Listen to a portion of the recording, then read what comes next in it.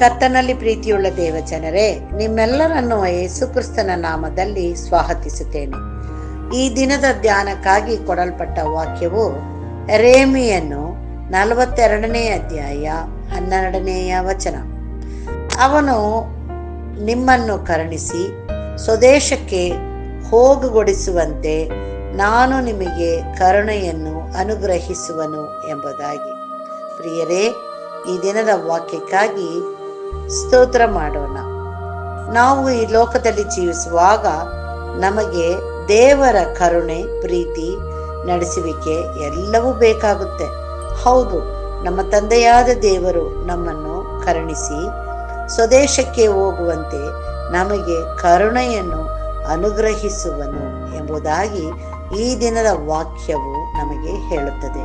ಪ್ರಿಯರೇ, ನಾವು ನಮ್ಮ ತಂದೆಯ ಗುಣಲಕ್ಷಣಗಳನ್ನು ಹೊಂದಿರಬೇಕು.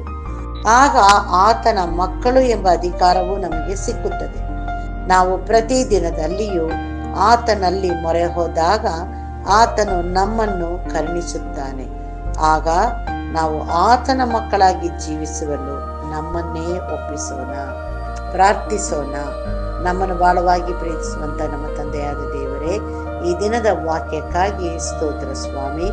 ನಮ್ಮ ಆಯುಷ ದಿನದಲ್ಲಿ ಒಂದು ದಿನವನ್ನು ಹೆಚ್ಚು ಮಾಡಿ ನಿನ್ನ ಕರುಣೆಯಿಂದ ನಮ್ಮನ್ನು ಕಾಪಾಡಿದೆಯಲ್ಲಪ್ಪ, ಅದಕ್ಕಾಗಿ ನಿನಗೆ ಸ್ತೋತ್ರ ತಂದೆಯೇ.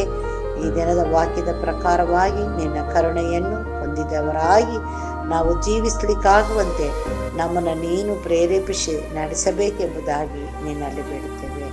ಹೌದು ಕರ್ತನೇ, ಲೋಕದಲ್ಲಿ ಇರುವ ತಂದೆಯು ತನ್ನ ಮಕ್ಕಳನ್ನು ಕರುಣಿಸುವಾಗ ಪರಲೋಕದಲ್ಲಿ ಇರುವಂಥ ದೇವರು ನೀನು ನಮ್ಮನ್ನು ಎಷ್ಟು ವಿಶೇಷವಾಗಿ ಕರುಣಿಸಿ ನಮ್ಮ ಪಾಪಗಳನ್ನು ತೊಳೆದು ನಮ್ಮನ್ನು ನಡೆಸಿದ್ದೀಯಲ್ಲಪ್ಪ ತಂದೆಯೇ. ಅದಕ್ಕಾಗಿ ನಿನಗೆ ಸ್ತೋತ್ರ ಕರ್ತನೇ.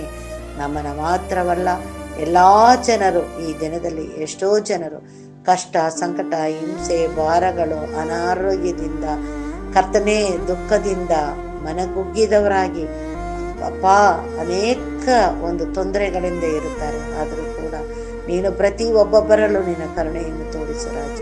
ಅಪ್ಪ ಕರುಣೆಯುಳ್ಳ ದೇವರೇ, ನೀನು ನಮ್ಮೆಲ್ಲರನ್ನೂ ಆಶೀರ್ವದಿಸುತ್ತಾ ನಿನ್ನ ಕೃಪೆಯಿಂದ ನೀನು ನಮ್ಮನ್ನು ನಡೆಸಬೇಕೆಂಬುದಾಗಿ ನಮ್ಮ ರಕ್ಷಕನು ಒಡೆಯನೂ ಆಗಿರುವಂಥ ಯೇಸು ಕ್ರಿಸ್ತನ ಮುಖಾಂತರದಲ್ಲಿ ಬೇಡಿದನು ಹೊಂದಿದ್ದೇವೆ ತಂದೆಯೇ, ಆಮೇನ್.